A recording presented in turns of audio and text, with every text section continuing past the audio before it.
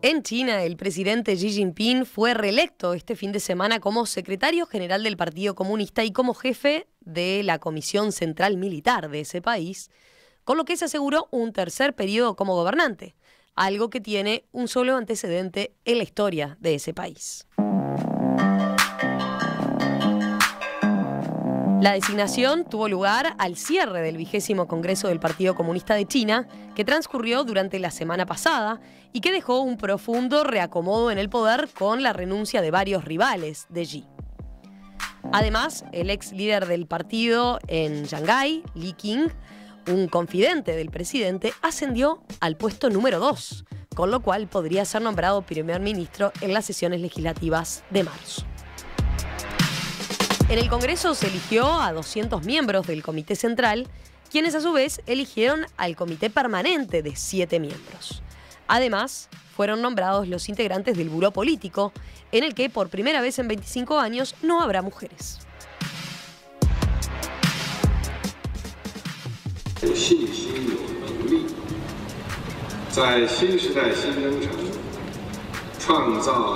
Después de más de 40 años de esfuerzos incansables, de reforma y apertura, hemos creado 2 milagros: rápido desarrollo económico y estabilidad social de largo plazo, afirmó Xi. China no puede desarrollarse sin el mundo, y el mundo también necesita a China, insistió.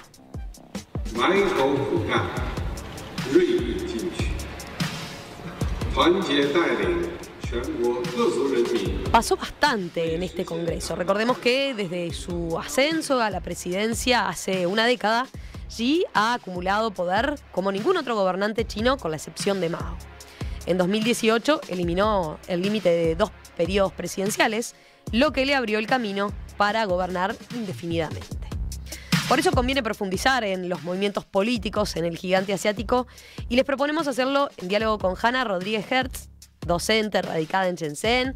Ustedes saben, hace tiempo que conversamos con Hanna 2x3 cuando la actualidad y la realidad de China nos llama, nos convoca. Así que, Hanna, es un gusto saludarte. ¿Cómo estás? Buenas noches para vos. ¿Qué tal? ¿Cómo están? Buenos días. Muchas gracias por la invitación. Un gusto, como siempre. Hanna además se dedica en Twitter muchas veces a traducir y a hacer esos hilos con las novedades más recientes de los domingos, ¿no? En particular, con noticias de China. Bueno, y este fin de semana en particular tenías mucho material, ¿no? Estamos hablando de un evento muy, muy relevante, muy importante. Así que te empiezo preguntando por ahí, Hanna. A ver, ¿el común de la gente, la ciudadanía en general en China está pendiente de esto? ¿Se habla en las conversaciones así más del día a día? ¿De lo que dejó, lo que significaba el Congreso y lo que dejó concretamente como resultado? Bueno, mira, es extensa la respuesta. La gente de la calle le va y le viene el Congreso, esa es la verdad. Hay un contrato social que es muy arraigado en la cultura china. O sea, el gobernante tiene que cumplir con, esto es milenario básicamente, tiene que cumplir con el mandato del cielo, que es esencialmente proveer por el bienestar de la población. Y mientras lo haga, la gente está conforme y no se mete, básicamente. Claro, es un gran sí. O sea, hasta ahora hay un contrato social de que la población viene mejorando, hay estabilidad económica, hay mejoría económica. Pensá que los abuelos de los jóvenes actuales pasaron hambre. Entonces, estamos hablando de gente que ahora está ya en un ingreso medio. Entonces, por ahora ese contrato social se mantiene, y mientras se mantenga, la población apoya al gobernante. O sea, la gente cree o sea, en Occidente se cree que la gente tiene la cabeza lavada. No, no la tiene. O sea, objetivamente tienen un mejor pasar que el que tenían antes, y mientras eso siga ocurriendo, la gente va a seguir apoyando al gobernante. Ahora, hay unos primeros indicios de que no todo el mundo está conforme, pero todavía la gran mayoría está conforme. Sin embargo, también como te digo una cosa, te digo que hoy se desplomaron las bolsas chinas. Tienen la mayor caída desde 2008. El índice Hang Seng, que es el índice, como sería Standard & Poor's en Occidente, cayó, pero con un 6% en un día. Fue una bestialidad. ¿Y ¿Y eso qué Entonces, lectura se hace a partir de, por qué reaccionaron así las bolsas chinas? y la lectura es una sola, cuando las bolsas caen es que no hay apoyo de los mercados. Ujú. Y Entonces, como te digo, o sí, sea, una cosa es la gente de la calle, otra cosa son los mercados, otra cosa son ciertas élites, eh, intelectuales, o sea, el grupo, o sea, estamos hablando de 1.500 millones de personas, es muy heterogéneo, ¿no? No se puede hacer un termómetro claro. uniforme de cómo lo vive la gente. O No, sea, no. depende de qué gente, pero, o sea, si vos agarrás y preguntás a un random en la calle, le va a decir que la verdad que ni se enteró, no le importa. Me dejaste pensando a partir de esta novedad, ¿no? De la reacción de los mercados financieros. ¿Por qué particularmente a los mercados financieros les inquieta una nueva gestión, un nuevo mandato de Xi Jinping? ¿Qué es lo que particularmente les preocupa de su administración? Bueno, a ver, para empezar, las bolsas no estaban yendo muy bien últimamente, o sea, o sea, en particular, empresas como Tencent, por ejemplo, venían cayendo, Ujú, o sea, pasaron de ser la más top de todas las empresas a entrar a caer en la bolsa, este, el mes pasado, no, la semana pasada sufrió la mayor caída y hoy superó esa caída aún más. O sea, tocó un mínimo la acción, 235, creo, dólares de Hong Kong por acción y ahora cayó por abajo de la línea de 200. Este, yo creo, o sea, pero esto, por favor, yo no soy especialista, no soy analista financiera, soy una persona que sí, lee sí, sí, sí. diarios, nada más. Vivo acá y leo diarios y sigo mucha gente de China, nada más. Pero, o sea, lo que yo leo es que, o sea, hay un miedo natural de que de esta gestión va a aumentar la intervención en las empresas. Ujú, Y entonces, o sea, a las tecnológicas, Jiang Zemin les dio mucha libertad, porque en ese momento China necesitaba crecer urgentemente y como que fue excesivamente benevolente con las tecnológicas. Le dio como una libertad total. Las tecnológicas crecieron, se dispararon, explotaron y también abusaron del sistema, hay que decirlo todo. ujú. Entonces, o sea, abusaron, hicieron bicicletas financieras, empezaron a dar autopréstamos y no cumplirlos y hacer que lo financiara el Estado. O sea, hubo mucha chanchada de parte de las tecnológicas. Pero bueno, también crecieron muchísimo. Ahora, cuando empezaron a sanear un poco este tipo de truchadas que hacían muchas de las empresas les empezó a ir peor. Y empezaron a caer su valor en la bolsa, pero no tanto como ahora. Ahora se vino como un miedo de que haya una mayor Claro, intervención sí, y sí. Bueno, Xi o Jinping sea, venía no, desde los últimos años tomando medidas contra las tecnológicas, ¿no? Teniendo en cuenta eso que señalás. a ver, yo no llamaría contra las tecnológicas, Ah, bien. porque, o sea, eso es todo un statement. Yo voy a tratar de presentar la información en forma equilibrada. Había mucho abuso de las tecnológicas. Entonces, por ejemplo, o sea, no lo dejaban los de Didi, que son la empresa de taxi, Mm, no los dejaban a los empleados hacer pis. Entonces, pues, si es contra las tecnológicas, voy a favor de sí, que el claro. trabajador tenga una jornada digna laboral. O sea, un tema también de límites. O sea, les dieron todos los permisos y se los tomaron todos. Entonces, llegó un momento que, bueno, ahora que Ahora ya sí hay que. hay que empezar a poner límites. Bien. Ahora, el miedo natural es que tal vez ahora venga una escalada de límites y las tecnológicas naturalmente tengan miedo de perder ganancias. Hanna, volviendo ahora sí a lo que es, obviamente vamos a estar pendientes de este aspecto, pero volviendo a lo que dejó el Congreso en sí del Partido Comunista Chino, ¿dirías que hubo sorpresas o se cumplió de alguna forma lo esperado? Mira, yo no sé si yo estoy muy bien informada. Yo veo que la gente de la BBC dice que Li Qiang, que vos mencionabas, el de Shanghai, fue una sorpresa. Para mí no lo fue. En los diarios que yo leí ya lo ponían como un posible premier. Es más, yo leo el Southern China Morning Post, estoy suscripta, y decían justamente que iban a hacer alguna manganeta para que pudiera ser primer ministro. Ujú. A Un hombre pesar de de que mucha Li confianza Qiang de Xi Jinping, ¿no?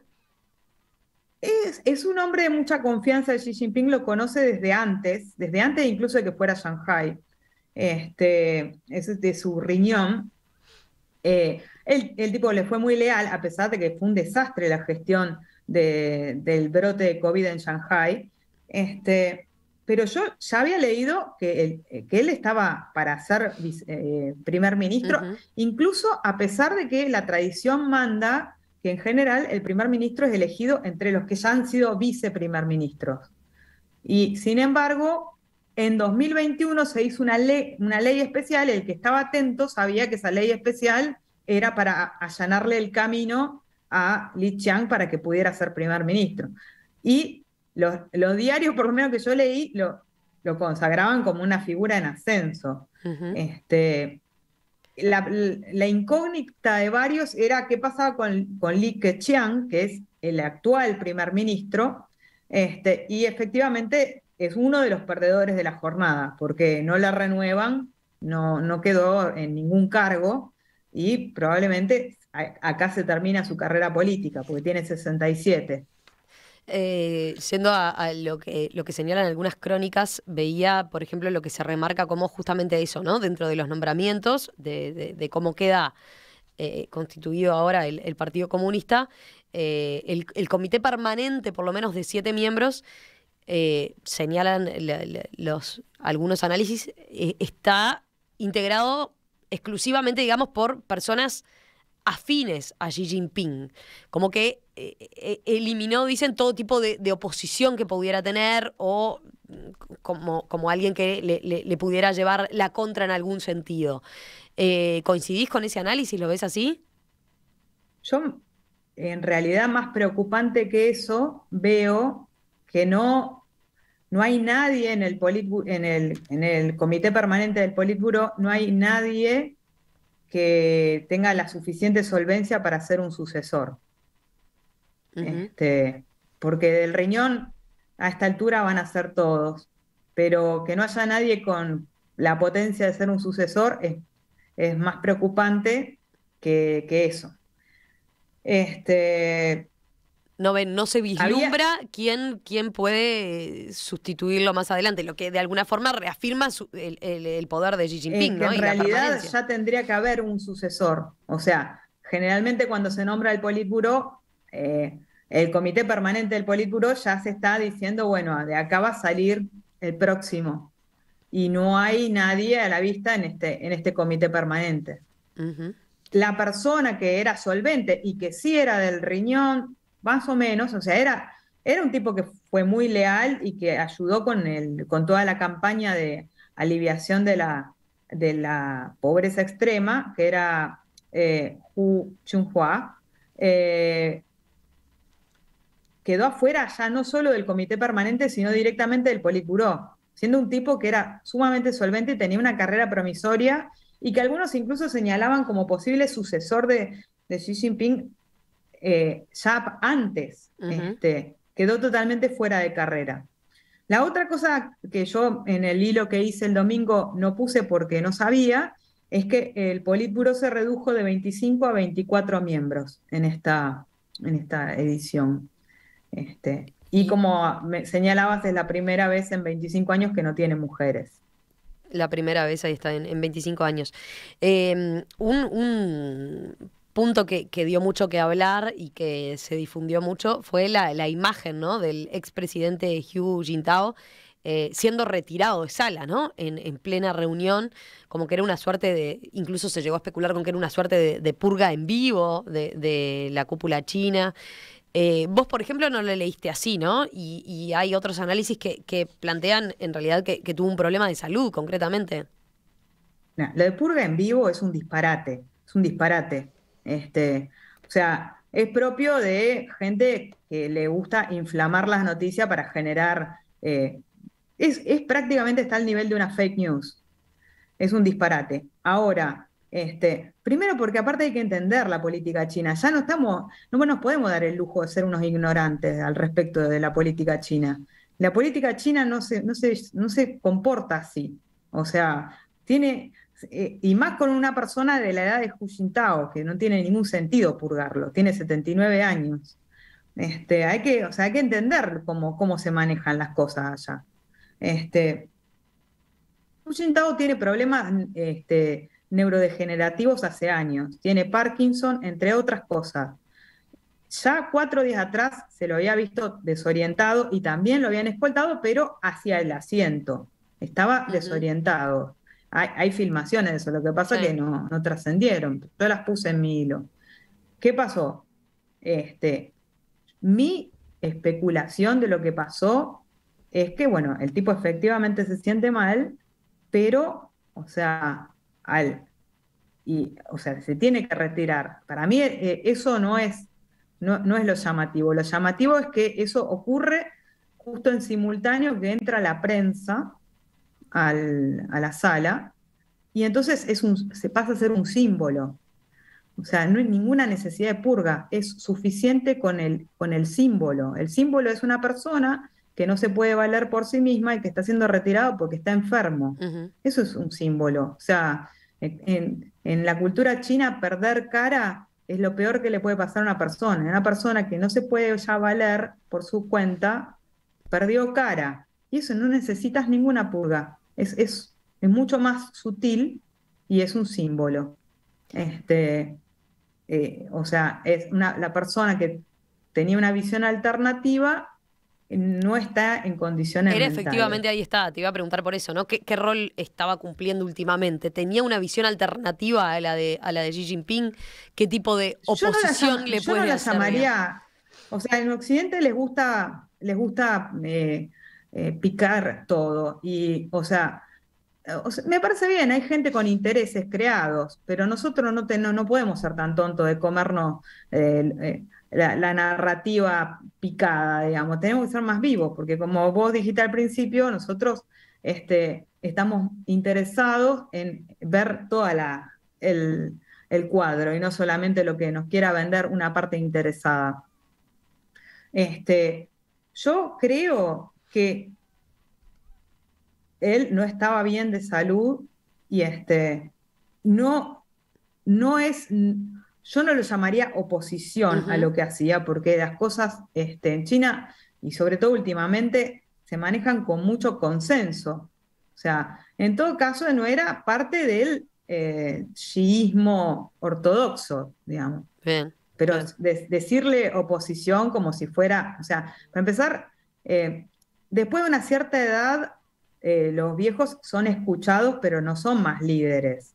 O sea, cualquier visión de Hu Jintao como líder de una oposición me parece que no condice con cómo se maneja la política acá. Ujú. O sea, él señaló cosas, es una visión alternativa, pero, o sea, yo creo que lo que pasó, ese incidente, fue simplemente que se puso de relieve que Hu Jintao ya no está más con todas sus capacidades cognitivas. Este, Hanna, para ir cerrando, digamos, sobre todo pienso en el informe, ¿no? Que Xi Jinping presentó ante el Congreso del Partido Comunista. ¿Qué destacás particularmente de lo que fueron sus mensajes? bueno, aclaro que el informe en sí no lo leí porque son más de 30.000 palabras es un informe que fue dado en 2 horas, ¿no? Yo literalmente no tengo tiempo para eso, pero leí análisis de informes que Mira, tengo una consulta acá que va varios. pertinente con eso. ¿Se pasan, por ejemplo, se pasa por televisión la transmisión del Congreso? Mira, ni idea porque yo no lo seguí. No, Ah, ni idea, te digo la verdad. O sea, creo que algunas cosas sí las transmiten, otras no, porque justamente como cuando entró la prensa claro.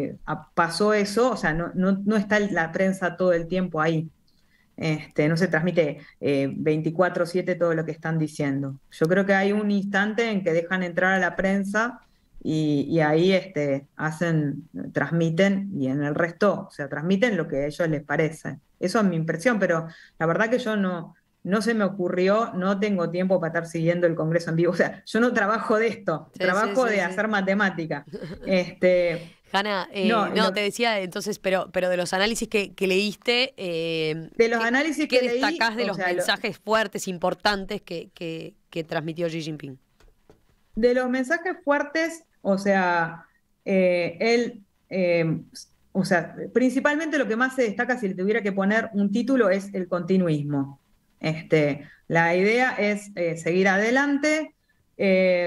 Julio Ríos, que es un muy buen analista, destaca que él enfatizó mucho el espíritu de lucha, pero no en el sentido de guerra, sino en el sentido de que hay que ponerse las pilas y luchar contra esta realidad. Un tono menos eufórico que el término anterior. Él advirtió sobre los fenómenos de tipo cisne negro o también rinoceronte gris, que es a cisne negro, son fenómenos inesperados como fue el COVID, y los de rinoceronte gris son problemas muy evidentes a los que nadie les está dando la bolilla que le tiene que dar. Ujú. Y otra think tank que leí decía que posiblemente él se estaba refiriendo a la situación de Taiwán.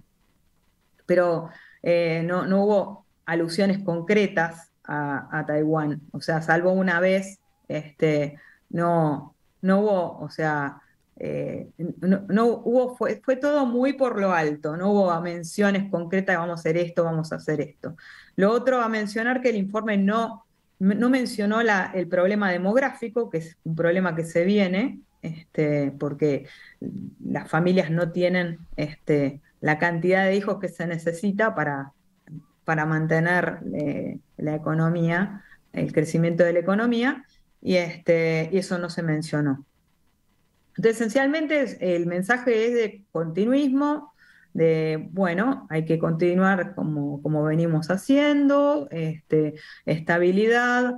Este otro informe que leí decía que se podía leer entre líneas que China no estaba siendo muy optimista respecto al futuro de las relaciones con Estados Unidos, porque habían cambiado la expresión anterior, que era cooperación, no lo tengo acá, sí, interacción positiva. O Cooperación sea, por interacción positiva. sí, o sea, le bajaron un tono a la relación que se espera este término. Bien, perfecto. ¿Y eso profundizan algo más en qué podría implicar?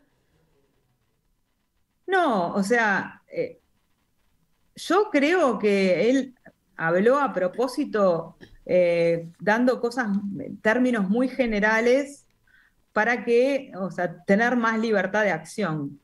O sea, después si querés te paso un cuadro de las frases más usadas en los dos congresos, en el anterior y en este, y el comparativo de qué subió y qué bajó, digamos, en las expresiones. Sí, hay un cambio visible, que es que en este congreso se menciona mucho más la palabra seguridad que en el anterior. Este, Sin embargo, se menciona mucho menos la palabra militar. Entonces, no sé, hay que ver qué quiere decir. O sea, yo creo que más que lo que dice Xi Jinping en su informe, hay que prestar atención a lo que hace con la gente que nombra y qué significa cada persona que ha nombrado. Hanna Rodríguez Hertz, docente radicada en China, grado 5 de matemática. Hanna, muchas gracias, como siempre, por esta aproximación a China desde allí. Te mandamos un abrazo y bueno, y seguimos en contacto. Bueno, un abrazo grande, abrazo a todos y muchas gracias por la invitación.